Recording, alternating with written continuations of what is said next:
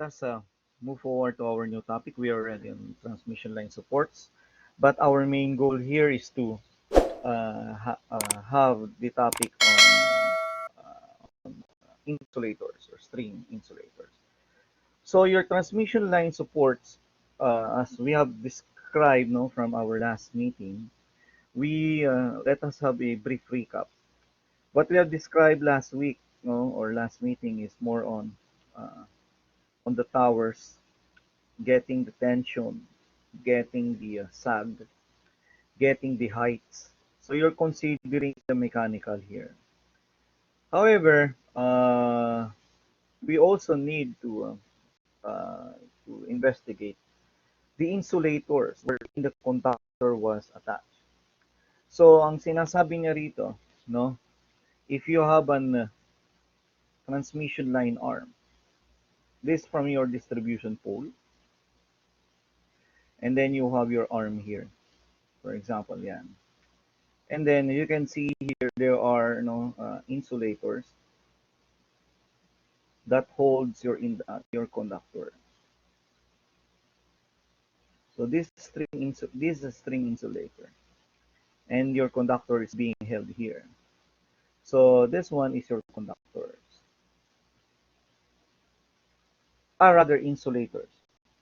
Sorry to say, insulators. So these are insulators, and this is your conductor. Of course, you expect this is one phase lang, no? Actually, tatlo yan, ano? Siyempre, kasi three phase, so you expect one more here, two more here, no? Na may rounding 4 disc, etc. So, again, nakikita nyo ito sa steel towers. As a rule of thumb, the more the insulators, the higher the voltage. Okay, in this case, I have four, no, insulators of 4 discs, and every disc is being modeled as a capacitor. And then may voltage distribution yan. Ano? So, ang ibig sabihin nito, bawat isang insulator, there is a voltage distribution, no, up to here. No? So, based from that, for example, you have voltage 1, voltage 2, voltage 3, voltage 4. The nearest the voltage at the conductor, yun ang pinakamataas. So, V4 is the highest. That is near. Higher. That is near the conductor. So, you expect that. And there's a voltage distribution. No? So, if you want to get the total voltage up to the string, no, up to the conductor here, is definitely you need to add V1 plus V2 plus V3 plus V4. Okay? Now, why we need insulators? Dahil kapatid, kapag nagkaroon po tayo ng tinatawag ho nating lightning, discharge. So instead, na diretso ang lightning current, no, doon sa conductor, dito muna siya pupunta. No? It will go here. Definitely. Your lightning current or your surge current. And that surge current, okay, will come from here, no? Dito may stress yung current natin. So, masusuppress, no, yung transient current bago siya mapunta doon sa conductor. So, the more the stress, obviously, no, based on lightning discharges, it can crack, no, these insulators. By the way, your insulators are made of ceramic, typically, karamihan dyan, no? So, para yung plato is made of ceramic, no? So, may voltage surge doon, transient surge. So, what will happen? It will break eventually, no, those insulators. And every insulators there are graded. So, iba-iba po, no, yung grading nila, okay, ng bawat insulators dyan. It is designed to do that so that you can have a distribution of the voltage in every insulator, and then you can design the capacitance or you can design the grading. Okay, anyway, that will be our main goal today, no? To compute for these voltages, distribution voltages, and as well as the string efficiency. The higher the string efficiency, the higher uh, yung mababawasan ng stress lightning. So it means the higher efficiency, the higher it can compensate the lightning current. So the string efficiency is very obvious, no? That the total voltage of the string, you divide it by the highest voltage, no? At the conductor. So in this case, if you have 4 string, you have V4. You multiply it by N. N is the number of strings. So in this case, you have 4, right? So you have 4 for this example. You multiply it by 100%. Please take note, lumabas ito sa board exam, no? I think that will be last September 2019. But our board exam is being pushed on to April 2021. So napakadami na magkukuha niyan. At yung mga kukuha na naman, kailangan pukpukin para kahit papano, kung ilan daan na naman yan sa mapuha ang kukuha, kunyari 120, no? Hindi ako mag-i-expect na mag 100% tayo kung hindi natin alam kung yan may kumukuha na yan, totoo, hindi. Say, integrity, no?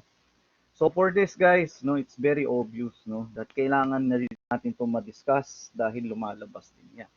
Although the distribution of the voltages and how it is being done is purely again, no, KCL, no? KCL lang ang kailangan mo rito at analysis. Wala nang iba, no? Okay, now let us move forward. That is the introductory part, no, of this topic and why it's very, very, very important. Okay, now in this case, you have your characteristic of your transmission supports, and it is self-explanatory already. You need to have high mechanical strength. It must be lightweight, no? Cheap, longer life, and accessibility to maintenance. No?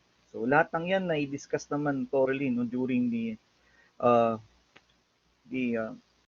on our course, no, the time of the course. So some of the topics we already described, especially in the introductory part, no. So dito binibigyan natin ng emphasis lang, no, or we review, no, those things. Transmission line support natin, it can be a wooden pole, no. So again, a wooden pole has a lower voltage and it's being established on distribution line. So they are relatively short span of 50 meters and the support is cheap. However, ang problema nandiyan, madali siyang marat. Or kung yan po ay nauulanan, kapag nasagi ng sasakyan, madaling matumbak. Okay, the disadvantage is already here, especially letter C. It will not be used on a higher voltage level, higher than 20K. Okay, these are the types of the supports that I'm talking about. And then, ito yung sinasabi ho natin, syempre kailangan meron po tayong insulators. There are many types of insulators as we can discuss. But purely analytically, we will discuss the string insulators later. So, yun po, no, yung discuss natin so far. Especially you're talking about here steel towers. Okay, now we have steel poles. So they are often used, no, to substitute wooden poles. It possesses greater mechanical strength simply because they are made of steel. And it can prolong life because you can paint it, you can galvanize it, no? And generally, such poles are used on distribution in cities, and especially sub-transmission. Okay, may tinatawag din tayong reinforced concrete pole. So ito yung cemento, no, reinforced concrete pole. And they are very popular and it has good looks, of course, and higher insulating capability. And because of heavy weight, such poles are often manufactured to the site o mismo sa site para mabawasan ng cost transportation. Okay, these are some of the examples of that. And as you can see here, dito mo nakikita yung mga napag-aaralan po ninyo, no? Na talaga pong nangyayari sa design. Ayan. So ito yung tinatawag nating equal on unequal triangle. So nakadepende na naman kung ano yung nandoon sa conductor. Ito binibilugan ko na maitim are your conductor. Yung conductor can be bundled or even solid. But it is very impossible that if you have a steel pole or a RCC pole, ang conductor mo pa rin ay solid, no? Hindi na ho, no? Bundled conductors na yan. At saka ito, no? We can still recall this one. This is a parallel line, right? So parallel line nito. So napag-aralan nyo lang sa parallel line is how to, and this, no? In this configuration is sa parallel line, napag-aralan yung inductance, yung capacitance, di ba? Pati resistance, yung RLC, para makuha mo yung characteristic ng line. Tapos, yung sa performance, di ba? Kung anong type ng line, which is obviously kung single phase, three phase, or short line, medium, or long line, right? So malamang is long line, yung rigorous method, kasi kung mahaba na yung transmission line mo, use the long line approximate.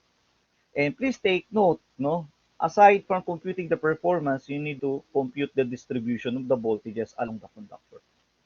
So ito yung tinatawag nating insulators or yung string efficiency. The higher the string efficiency, the higher it can compensate lightning discharges. So it's very important, no? Okay, now let us clear all drawings and then we can now move forward. So yung sinasabi nating transmission support pwede ding steel towers. So dito sa steel tower pwede ka na mag-parallel line because it can support at least many insulators. So ito po yung mga type ng steel towers natin. So as I have discussed kanina, ganito rin, no? At saka yung mga height ng tower, dinidescribe na natin yan dun sa mechanical design. Kaya nga may mechanical design. You can describe the height of the tower, the sag of the tower, di ba? So the lower the sag, the higher the clearance, di ba? So ganun ang sistema, no? And it depends where your tower is being placed. Okay, now this is a very good slide here from NGCP. But there are some standards for the clearing of weeds, no? So when you say weed, horizontal, no? Which can apply for transmission line towers. So from a voltage level from 69 to 500 kV, your standard width must be in meters. Dahil kung mas malapit ka sa tower, mas madali kang mag-ground. O, mas madali, of course, no? Mas madali makakakuha ka ng fire, ng ground, mga grounded conductors, mag-ground, madaling mag-ground. Kasi the higher the tower and the type of the tower constitutes to the voltage. So, kasi pag 500 kilovolt yan, hindi na pwede yan sa wood, hindi na pwede sa RCC, sa steel towers lang siya. And kung mas maraming insulators, for example, you have 10 insulators, you have approximately of 11 kV to 13.8 kV na yan, no? Yung number of string, when you say string, a series of insulators. So from there, no, mas malalaki ang towers, no? Siyempre mas malalaki dapat yung voltage, malalaki yung width, yung distance na sinasabi niya, ito, which is this, the distance of the tower from your home. Okay, now let's move forward to our main goal, no, yung insulators. So the insulators will provide necessary insulations between the conductors and supports, and thus prevents any leakage current, no, conductor to earth. So instead of instead the stress will go directly to the conductor, the voltage stress the insulator will also absorb those stress. Then from there, hindi madaling mag-short circuit. Okay, now the characteristic of insulators, well, nandito na rin naman po lahat. As I mentioned, no, your insulators can be a porcelain, no, mixture of kaolin, feldspar, and quartz para magkaroon ka ng tinatawag nating ceramic type. Okay, the insulator material should be non-ferrous and free from impurities and cracks. The higher permeability, no, of the insulator material in order to have the dielectric strength is also high. So you can read this out, no, as your reference. Okay, so we need to go to the calculation part so that we can analyze a certain line having insulators with it, then calculate the voltage distribution. And if there is guard ring, so may problem set tayo doon with the health of guard ring. So you can do as well, no? So you can analyze it as well as your problem set. So ito yung mga types ng insulators. So you have a pin type insulator. Ito yung sa mga kanto-kanto. So if you have a corner, you can use this type of insulators, no, to have your insulators to be placed, no, on the hollow here, sa hollow side niya, no? So parang ganito siya, parang may uwang, and then this is your conductor. Yan. So naka-place siya sa loob. Okay. We can now move forward now to the next. So, ito yung sinasabi nating string type o suspension type, wherein the insulators are connected in series. When you say string type, that is suspension type or in series. Bago mapunta sa conductor, okay, dadaan muna siya doon sa series of insulators. Okay, yung advantage nito, no, cheaper than a pin type, and then this suspension type is designed for low voltages, and if one is damaged, the whole string does not become useless. Yung damaged disc lang yung mapapalitan. And additional insulators are required if you raise the voltage to a certain level. So meron ka rin naman strain, no? So para din sa mga kanto-kanto ito. So sa mga corners ginagamit din siya. Strain, ibig sabihin ang insulators na naka-horizontal. Hindi katulad ng suspension type naka-vertical pipe, no? Vertically aligned siya, no? So for high transmission voltage, strain insulators are consist of suspension insulators, and the disc of strain insulator are used in a vertical plane, no? So yun po. Okay. Ang shackle insulators naman, no, in early days, shackle insulators were used as strain insulators, but nowadays they are non-frequently used. They are frequently used for low voltage application only. But our main goal is, yes, since typically yan naman na natin nakikita, you have a suspension type, so we can compute for the voltage distribution on that insulator. No? Okay, let us have the potential distribution. So may tinatawag two types of capacitances. No? So kapag sinabi mong C, yan yung self ng insulators mo. So kung ano ang insulator mo, for example, you have your insulator like this. You have three, no? And conductor. Siyempre, this one can be modeled as C. Ayan, C ang tawag sa kanya, capacitor cell. But tinatawag ka rin guys no, na CE. Ito yung tinatawag nating mutual or capacitance to earth. So, it means na siyempre yung capacitor mo nakakabit. It is being placed as well on your post sa inyong sa poste, no? So wooden pole, RCC pole. So it means if you have this drawing again, ito yung pole, so sorry. Yung pole mo, okay, this is your pole. Oh, sorry, iyaw mo na nga yan. So, diba nakalagay yung insulators mo rito. So, meron ka rin tinatawag na capacitance to earth, no? Which is your mutual. Ito, CE ang tawag dyan. CE, CE. That capacitance to earth there is the mutual earth inductance up to the ground, right? Kasi ito papunta na to sa ground level eh. Right? So, yan yung dalawang capacitances na nakikita mo pag minodel mo ang insulator. Siyempre, air is also a capacitance. Ang tawag din dun sa C is a shunt capacitance. Shunt capacitance. No, nakalagay naman dito. Also exists between meter frequencies and tower or earth. We also, shunt capacitance pala is, by the way, para sa CE ito. sorry.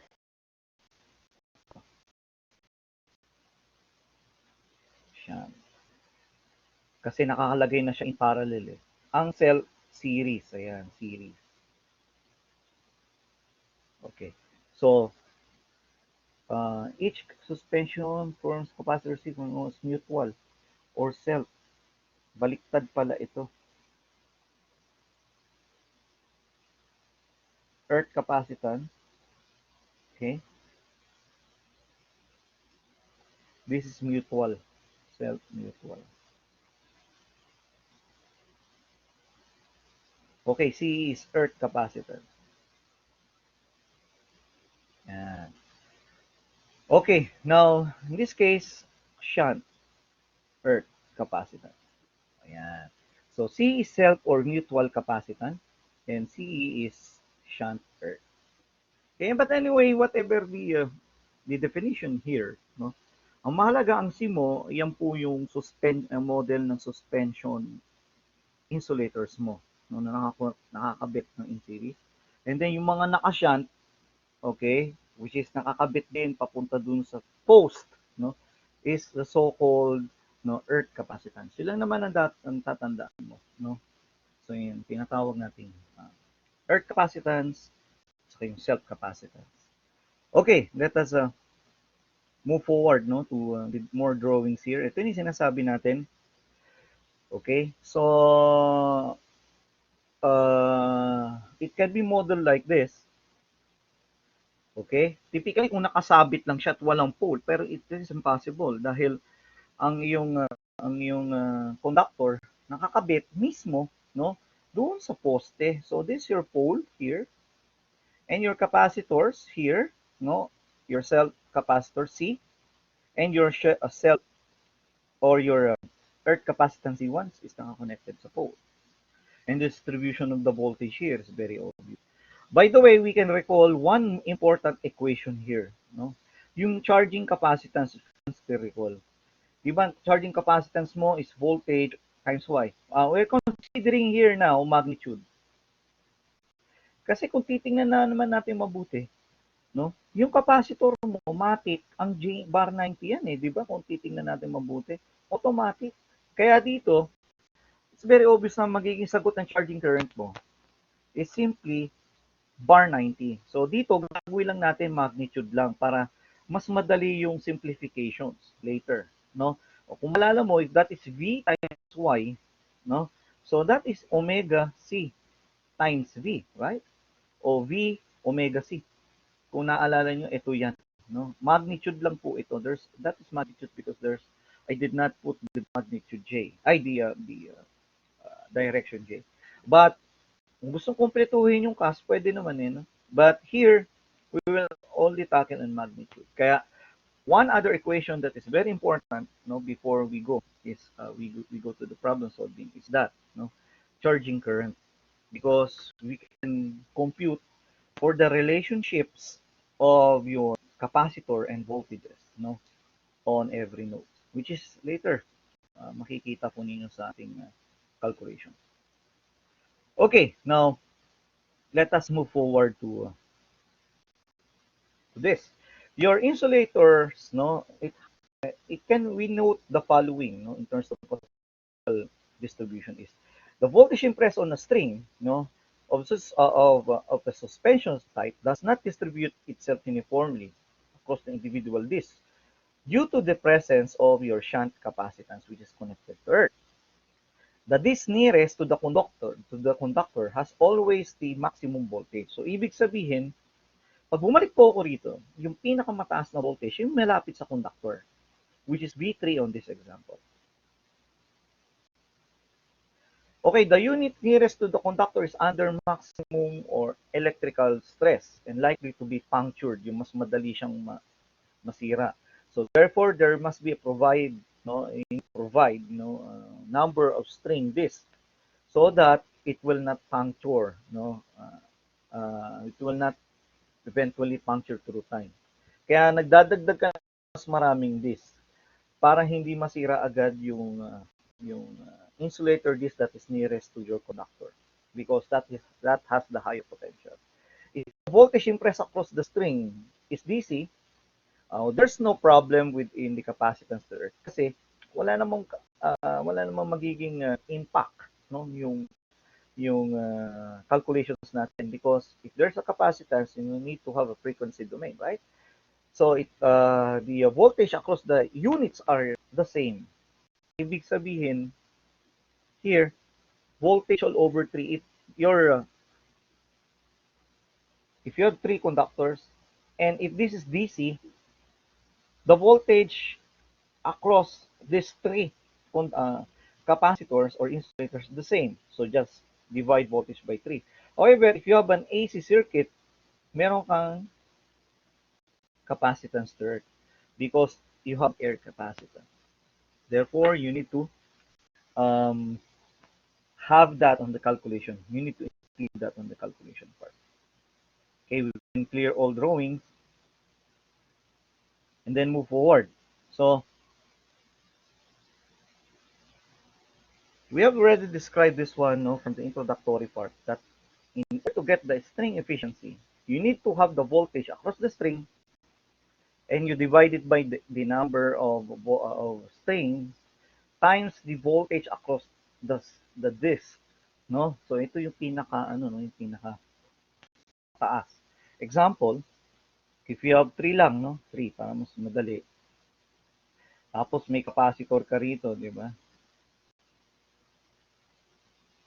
Ayan. So ito yung pole mo. Okay. So yung voltage distribution V1, V2, at saka V3. Right? So to get total voltage, you need to calculate V. And please take note, this V here is nakaline to neutral ito. Why? Because if you have a 3-phase 3-wire pole, this one is only the first phase. So ibig sabihin, phase A pa lang ito, no? Eh, tatlo yan. Kasi this is your phase A conductor eh. You have phase B and phase C pa, no? But anyway, since you're considering balance, kaya nga dinivide natin ng square root of 3 dapat ito, di ba? Considering balance. So, kung meron kang 100 kilovolt, you divide it by square root of 3. And then, you have V1 plus V3 because pag inad mo yung tatlong yan ang voltage across the string. And the voltage nearest the conductor, which is V3, that's the higher potential. Diba? Ito yung pinapahiwatig yan dito sa baba at dito sa taas. Okay, and then you can get the string efficiency. Anyway, much better if we have some examples. And I think later you can see the relevance of what we are discussing here. And because this is also part, no, of your exam, even on your finals, no. So your finals is cover to cover, no. And again, cover to cover, it means all of the topics, okay, plus this, of course. And we have at least 4 problems will do, no. Okay, ano natin isipin yun after our last exam, which is your fourth exam. But anyway, we can clear all of these drawings here. Okay, move forward to the insulator part, no? So, ayan na nga po yung sinabi natin. The string efficiency is the most important consideration since it decides the potential distribution. Siyempre, kapag string efficiency is 100%, you expect all of the voltages are the same. The greater the string efficiency, the more uniform distribution, and the less surge current. Siyempre, kapag dumaan yung current doon sa yung distribution ng voltages mo, bago makapayan doon sa string, it will go to the disk, right? So, the higher the string efficiency, the lower the surge, right? So, now may marami kang methods, no, to improve the string efficiency. May tinatawag ka ritong grading, no? So, may having longer cross arms, no? So, humahaba yung tinatawag nating uh, yung fraction K, yung tinatawag natin. K is the constant fraction. So, ito yung K, ito yung tinatawag natin constant fraction, no? So, paano ba natin kinukuha ito? Actually, in order to have this, no? So, nakalagay na rin dun yung formula, no? That is the ratio of your capacitance to earth all over your self-capacitance. Ito yung shunt, ito yung self po natin, no? Shunt o earth, self o yung tinatawag natin mutual. Okay? So, nakalagay na rin dito. So, please take note another important formula to get the capacitance to earth. Just multiply K, whatever the value of the C is, C here.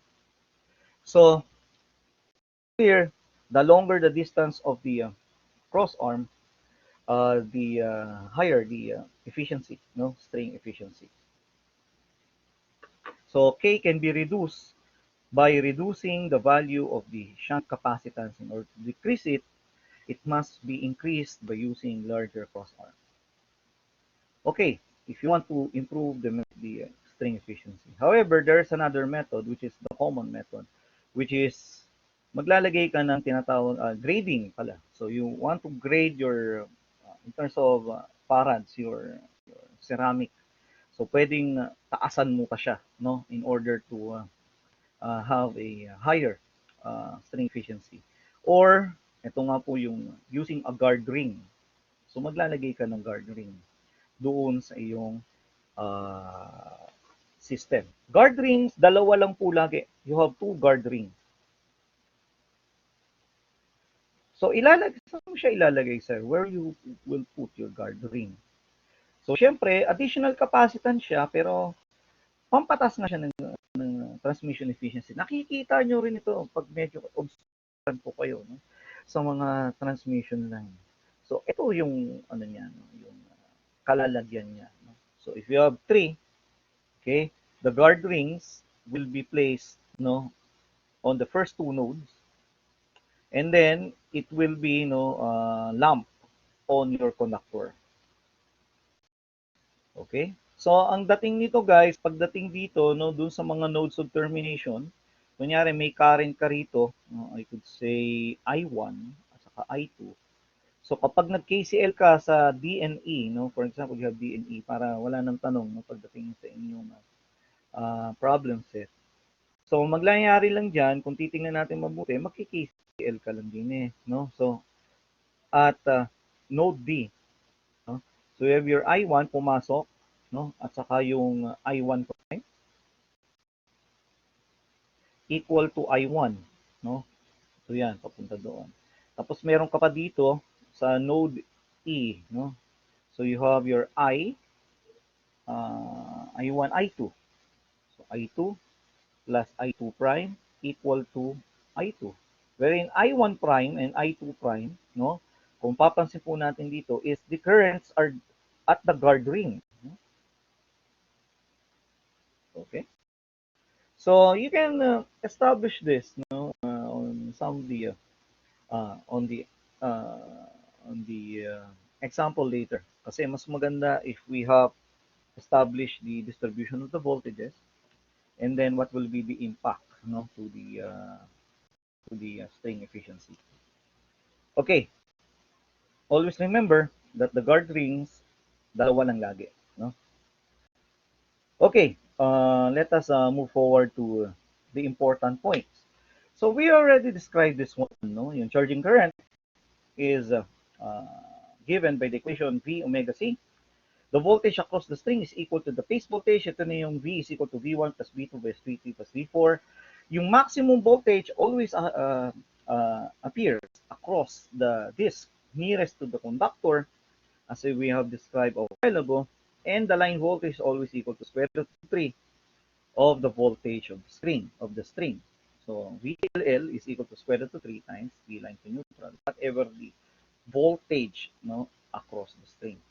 And remember, when we compute for the total V, we describe it as a phase voltage.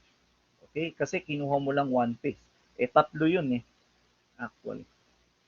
Considering the voltage is 100 kilovolt, 115, 230 kilovolt, they're already in three phase. There's no such single phase, no, systems like that with that range of voltage, with that kind of range of voltage. Okay. Yeah. We have here our problem, no? So before I do that, kailangan, oh, so sorry. I need to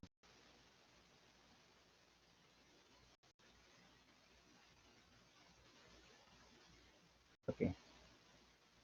Basahin muna natin yung problem before we have the solution proper. Okay, you have a string of 4 insulators, no? It's connected across a 100 kilovolt line. So ito yung tinatawag nating total voltage V, no? One phase of, naka-line to line nga lang siya, no? If the capacitance of the earth to disk, no, is 0.1, no, of the capacitor of the insulator or the capacitance of the insulator, so kitang-kita naman dito, no? Yung capacitance of the insulator, ito na malamang yung C na sinasabi niya. Itong capacitance of each disk to earth, ito yung CE. Eh ano naman tong 0.1? Eh malamang at malamang ito yung discuss natin kanina, di ba? C is equal to, no, your constant fractions K times C, right? So ibig sabihin, in other words, 0.1 C yan. Or simply K is equal to CE all over C, which is equal to alam na ho natin yan, no? C over 0.1, 1 all over 10, right? 0.1 to eh. Okay, anyway, no, ang hinahanap is, ano ito distribution of voltage of the insulator disk at ano daw ang string efficiency. Okay, now in order to do this, well, wala akong solution dito. And as usual, I need to solve the problem manually. Okay, in this case, I will have the solution here directly. Okay, so medyo na ano lang siya. One more.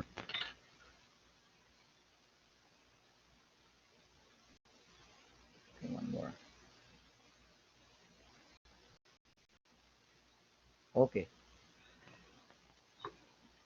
So before we solve this one, I need to draw the system first, so that you can see how we will derive the voltage distribution on each insulator. Okay, draw muna natin guys yung pole, and then lagay na ho natin yung yung capacitance. 1, 2, 4 strings daw, so you expect 4 capacitances, 3, 4, and then I have the conductor here. Please take note, one phase ng system ng ito. Sabihin natin this is at phase A only. Phase A. Okay, hindi ko na ilalagay yung angle bar, yung naka-angle kanina, no? So para hindi na ako malito sa drawing. Okay, this is your pole. Okay. And we can cut it short here. So basta pole yan. Ito cross arm, lagay ko cross arm. So meron pa yan. Gusto mo ilagay pa rin yung yan. Ito na yung angle bar natin. Okay. But anyway, so what we will do is maglagay tayo ng termination points. 1, 2, 3. Ito, conductor na ito Lakihan natin. This is your conductor. Okay, now, this is your capacitance C. I could say C. That is your cell, mutual capacitor. And then, very obvious, what I have drawn here is your capacitance to earth, right? So, ayan. Pwede ka pa maglagay dito kung gusto mo ng isa pang terminal point, pero baliwala na yung dulo eh. Kasi this part here is already your conductor. Okay, sabihin na natin ito CE na lang. No? Ayan. Okay, I can have the distribution of the currents here first. Okay, I could say I1 na lang ito. Malaking I1, malaking I2, malaking I3, and then malaking I4. So may current ka rin, no? Papunta doon sa capacitance current. No? I could have a blue marker here. Okay, I could say I4, I3, I2, I1. And the distribution of the voltages, no, I have a green color here. Anyway, no problem naman. Okay, please bear with my drawing. But anyway, it's well explained naman din eh, no? So, up to the node top point, no, you have V4, V1 na lang. Para masunod yung label ko rito. Although you can label it as V4 if you want, but this is just label. Okay, V1, I have V2, V3, and V4 respectively. Okay? So, ayan na yan. Okay, now ang gagawin natin, sir, what we will do, no, on this drawing. Ito yung drawing ng problem number 1. Okay, we will make use here, no, without, oh, what happened? D4, na ano ko? D4.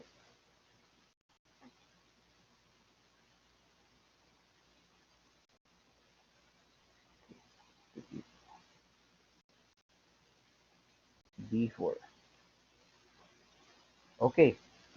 Now, this is without guard ring. Okay, wala muna tayong guard rings para nasa problem set nyo na yan. Okay. Ang sikreto, di na to sikreto, is using KCL, right? KCL muna tayo. Okay, KCL at node. Okay, maglalagay ako ng node dito. Okay, lagyan natin A, B, C. Okay, although value wala na tong node na ito ha, kasi nasa conductor na siya eh. No, node B, bilugan ko para makita po ninyo. At node A. Using the currents, yung dakil and jutay, the capital letter and the smaller letter, you can see here I3 is equal to what, no? I4 na malaki plus I4 na maliit. Okay, please take note of the following, by the way. Okay, we can recall, okay, the charging current is equal to V omega C, right? Okay, whatever the capacitor value is. Also, a while ago, no, CE is KC. Okay? And the K has a value of 0.1. So what I will do is, gagawa muna ako ng series of equation. And then later, or eventually, I can substitute the value of K. Okay? Kasi habang dumadami distribution ng voltage mo, nagiging malawak yung algebra mo. No? What you will do is a basic algebra. Marunong ka pa naman siguro mag-square ng binomial, di ba? So mga ganun naman ang mangyayari. O mag-multiply and then simplify. Kasi yun ang mangyayari dito eh. Tingnan niyo po ito mabuti. Look at I3, no? Ito, unahin muna natin yung I3. Look at current I3. Diba ang voltage doon sa I3 is V2? And please take note, this is current. In order to get the current, you must have V omega C. Okay, now in this case, what is the voltage at I3? You have V2. So we'll have here V2. Okay, omega is a constant and the capacitance is C. So you can see here, current I3 is omega C, voltage is V2. So ilagay ko na ho yan. I just following orders, di ba? Ayan. Okay, let us move forward to V4, I4. So I4, the voltage is V1. Okay, the capacitance is C as well. So pare-pares ng grading sila. They have the same grading. Okay, to avoid no confusion. Kasi kapag iba-iba yan, mahirap yung algebra niyan. Okay, now in this case, no, you have omega, multiplied by C. So that's the current I4. Okay. But if you look at I4 here, this one, the current up to the ground, neutral, ito yung earth na sinasabi natin, ito earth eh, common earth eh. Eh, please take, naka-common earth din sila, oh, tingnan mo. Di ba, itong cross-arm, common earth din yan. It's also common earth, right? Because your cross-arm is nakakabit din sa pole. Okay, now in this case, I will have plus, no? As you can see here, this current I4, the capacitance is CE. Lagay ko muna CE yan.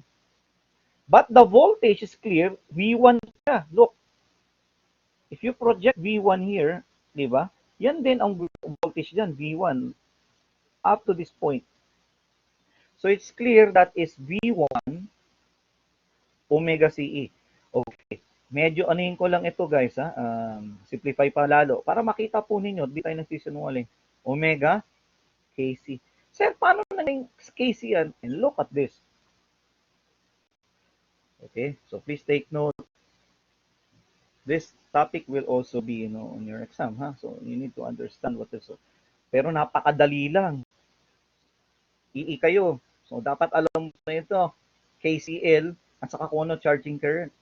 Okay? So in this case, we have here the remainder of the equations. And we will make use of this method later, ha?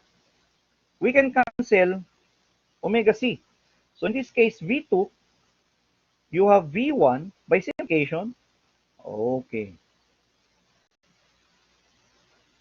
We have equation number 1.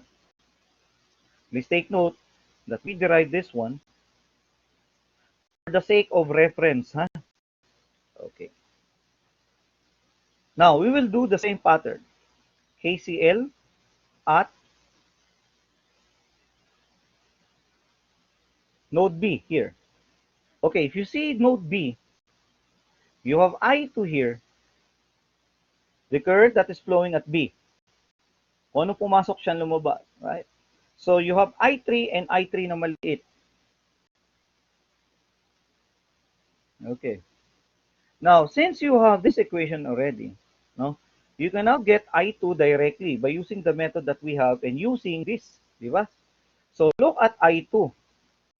You have V3, the voltage there is V3. And then, you have omega C, right? Okay, I could...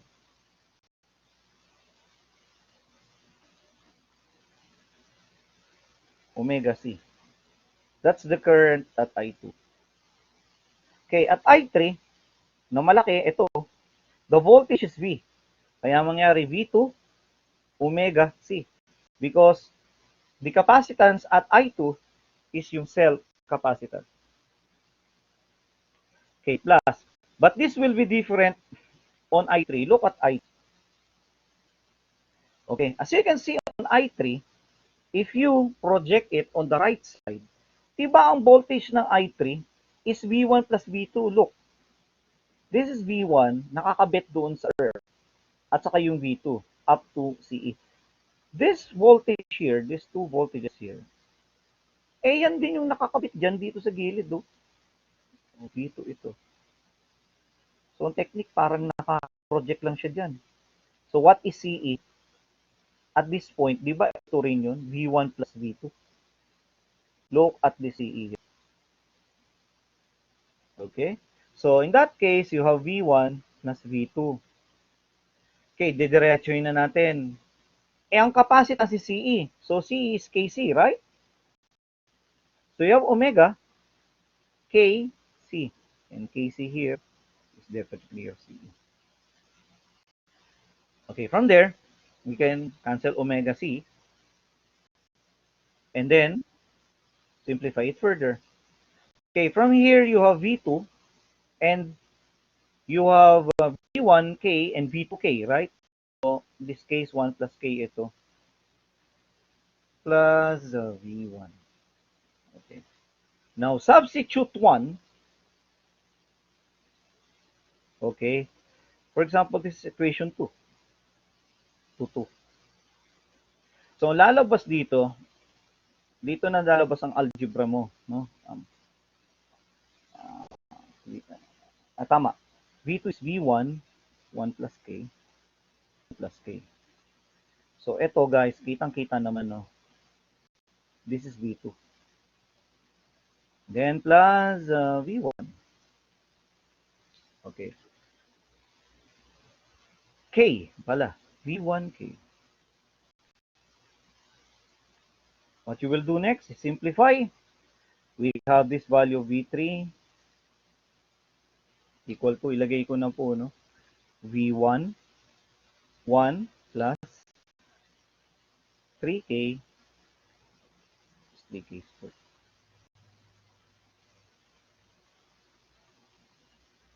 So, 1, 2, this is equation 3. So, please take note, guys, no? What we're doing here, no? Is a simple analysis. Okay, buburahin ko lang itong yung mga nandito. Kanina yung mga nilagyan ko nandito. Kasi kung titingnan natin mabuti, no? What I've done here, simple analysis lang. Wala na hong complicated. But yung complicated here is obviously how you use algebra. Fourth year, fifth year ka na, hindi mo pa rin alam mag-algebra. So marunong ka naman siguro, no, how to simplify. Kasi you can have equations, no, dependent kung ano yung mga voltages mo. Habang dumadami, nagiging complicated yung algebra. Okay? Ng kaunti. But in this case, no, I will directly, no, just gave you an idea how it is done. But when we go to V3, V4, no, here, siguro magda-direct substitution na rin ako, no, para kahit papano, mas mabilis ang solution. Okay, in this case, guys, no, since you already know, no, how to deal with such parameters, I can erase, no, the right side of our board here. So, pwede na akong mag-erase ito, guys, ha. So, erase ko na ito. You can go the recordings. Ang mahalaga, we have the first two equations. And the first two equations will guide us, no, on the next few steps. Dahil ang huling node na lang naman ang gagamitin natin yung node C. Kasi node D, wala na tayong makukuha doon simply because it is the node at the conductor side. There's no such equations there. Dahil nakuha na natin lahat up to node C. Okay, let us move forward at node C.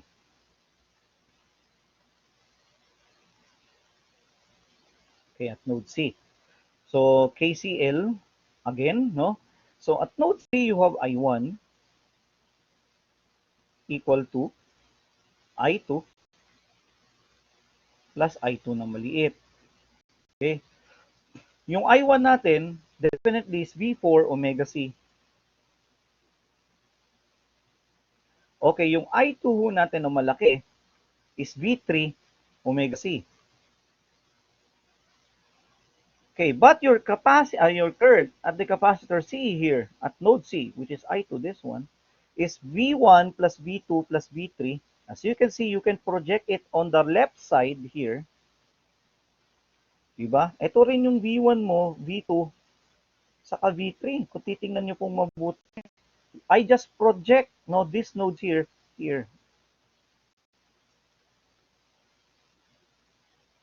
Itong mga nodes dito. Okay, so that is, oh, so sorry with that. Okay, in that case, you have V1 plus V2 plus V3, right? Now, omega KC. KC is your CE, by the way. Okay, omega C will cancel out again and leaving behind this. Okay, before we simplify anything. Okay, V4, you have V1 K plus V2 K plus V3 1 plus K. Okay, our main objective is we need to get the voltages in terms of V1. Okay, recall lang natin yung last slide. Kung papansin ho natin mabuti. With K is equal to 0.1. Yung V2 mo, base doon sa first equation natin, is V1, 1 plus K, right? So if you substitute K here,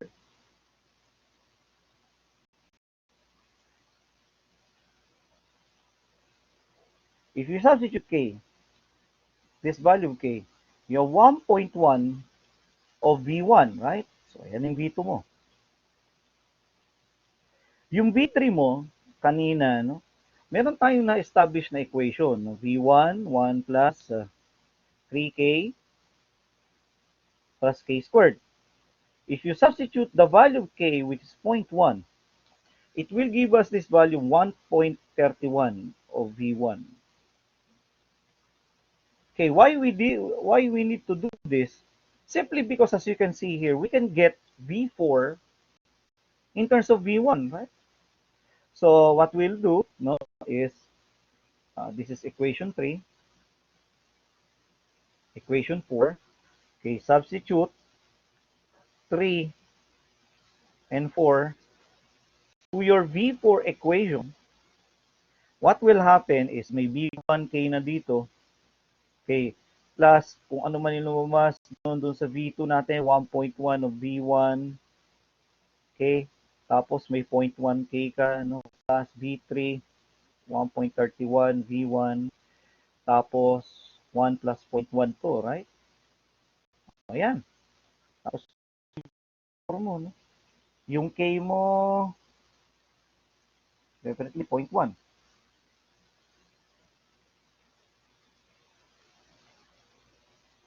O, ayan na yan. So, you have an equation in terms of V1. So, lalabas dito, guys, I will not, um, I have an answer here, 1.651 V1. I could say this is 5. So kung titingnan natin mabuti, there's no KCL at node D, as you can see here. Why? Because nandun ka na sa conductor. Okay? So hindi mo na masosolve ito. Dahil wala ka nang masosolve the KVL equations because you're already on the conductor part. At ang kailangan mo lang is equations, which is the node voltages. No? At V1, V2, V3, V4. Ito lang naman kailangan mo eh. And we already established all of the equations. Siyempre, V1 is V1, obviously. V2 has an equation 1.1 V1, V3 is 1.31 V1, and V4 has 1.651 V1. So you already established those equations. Okay, since we established all of those equations, definitely we can now solve the problem now with ease. No? So ang lalabas na lang dito ay yung mga ginawa nating principles a while ago. Okay, you can go back to the recordings again. I can erase the board again here so that I can wrap up this topic. No?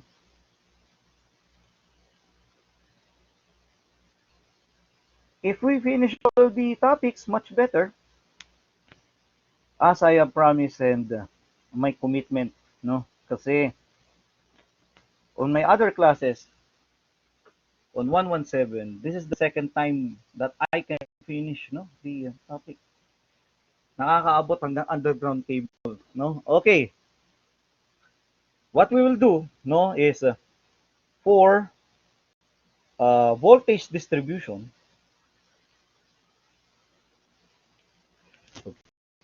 So alam natin, no, ang total voltage natin V1 plus V2 plus V3 plus V4.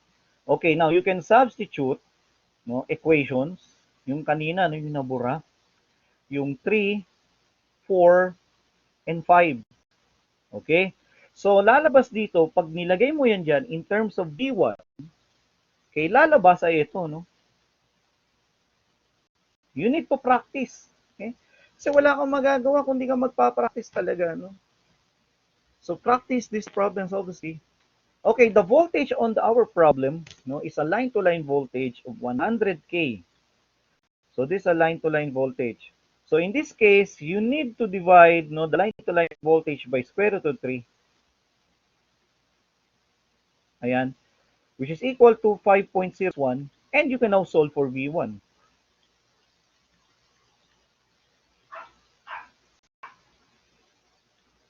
Okay.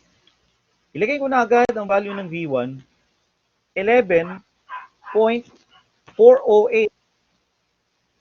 kilovolt.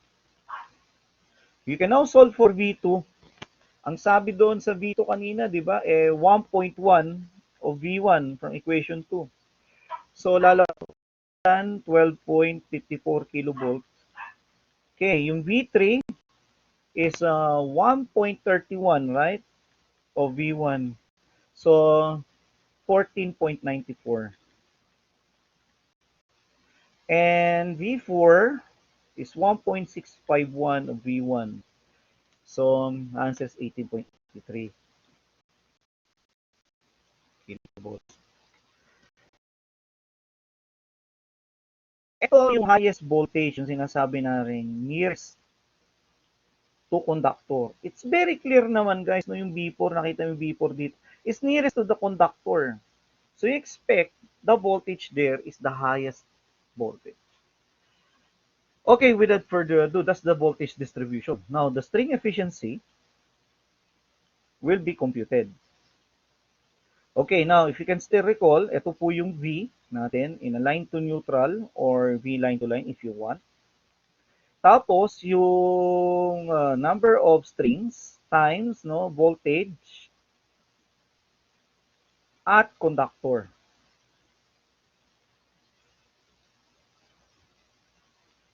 This is the nearest. It could be a line to line or line to neutral. Of course, magka-cancel lang naman ng square root of 3 at the end. Minus 100%. Okay, the line to neutral voltage for V1, alam natin, I don't know, 100 all over square root of 3 yan, no? Times 100. Okay, don't forget the K.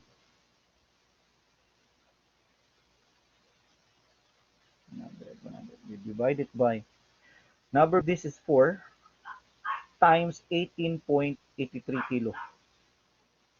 So the kilo eventually will cancel out here.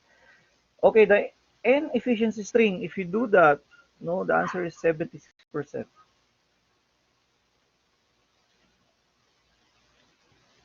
Okay.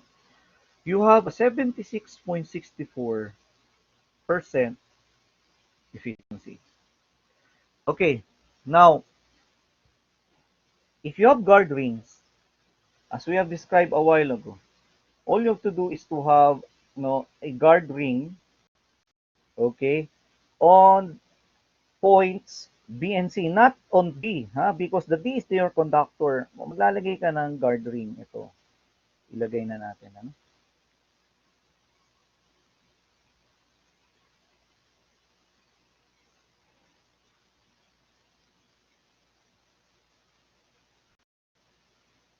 Okay, I could say this is CG, no? Okay, the conductor, ayan na ho. No? Maglalagay ka ng guard ring. And may mga currents ka rito. So, I4, I could say I5 to. Ito, I could say I6.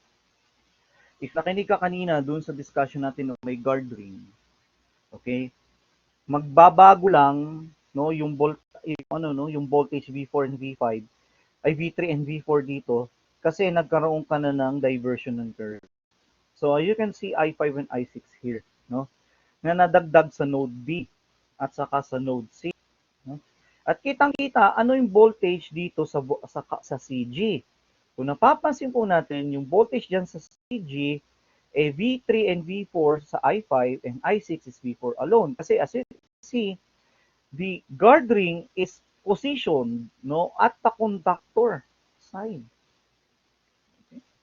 Now, on your homework, I can type it siguro, I can give it on Wednesday, on your homework, that your KG here, meron din kasi tayong KG, CG all over C.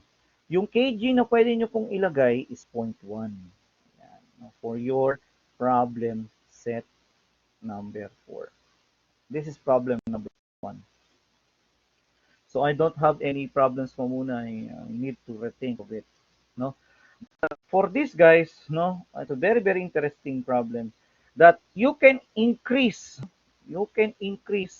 that potential, that string efficiency from 76.64, I think it will be 80%. No? by having a guard ring, no, na pwede mong i-position at points B and C respectively. So pag-aralan nyo ito, kaya nga kayo student, practice that one, no. It's very very common, no, mistake yung yung paggamit ng KCL, ang dali-dali. Yung KCL mo at Node B, for example na lang ito, gawin nyo na lang ito, at Node B, bago ito, with guard ring. Very obvious at A, there's no guard ring, right? So dito, dadami lang yung currents, kung ano pumasok siya lumabas. As you can see here, yung pumasok is I plus I5 equal to I3 na malaki plus I3 na maliit. Diba? So do the same pattern what we're doing. And then you can cancel some parameters there. And then you can solve, no, in terms of V1. Kasi meron kang kg. The kg there is the guard ring fraction, no? Yung constant fraction. Kanina, earth fraction, di ba? Earth constant fraction. Kaya ang K mo, C over C. Dito, kg kapag may guard ring, CG over. Okay? So, yeah. I think that will be enough, no, for this topic, no? So